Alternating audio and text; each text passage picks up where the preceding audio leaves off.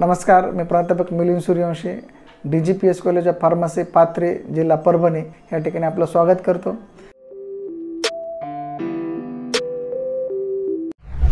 Diploma pharmacy केल्याच्या नंतर विद्यार्थ्यांना विविध व्यावसायिक संधी उपलब्ध होतात। डिप्लोमा फार्मसी हा कोर्स 2 वर्षाचा आहे। त्यानंतर या ठिकाणी विद्यार्थ्याला महाराष्ट्र स्टेट फार्मसी काउन्सिल या ठिकाणी नोंदणी करणं गरजेचं आहे।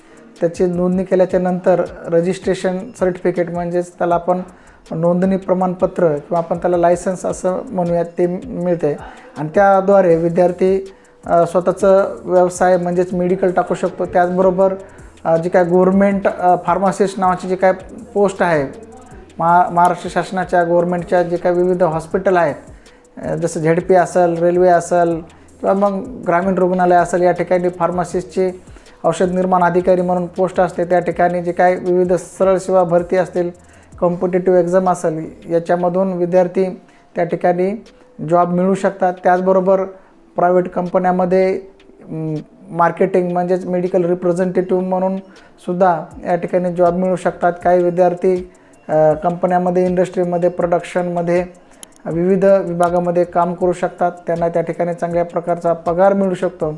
त्याचबरोबर डिप्लोमा फार्मसी झालेला विद्यार्थी B.Pharm फार्मसी कॉलेजवर किंवा या ठिकाणी लॅबोरेटरी असिस्टंट टेक्निशियन म्हणून सुद्धा काम करू शकतो। अशा प्रकारच्या विविध रोजगाराच्या संधी डिप्लोमा फार्मसिस्ट झालेल्या विद्यार्थ्यांना या ठिकाणी आहेत।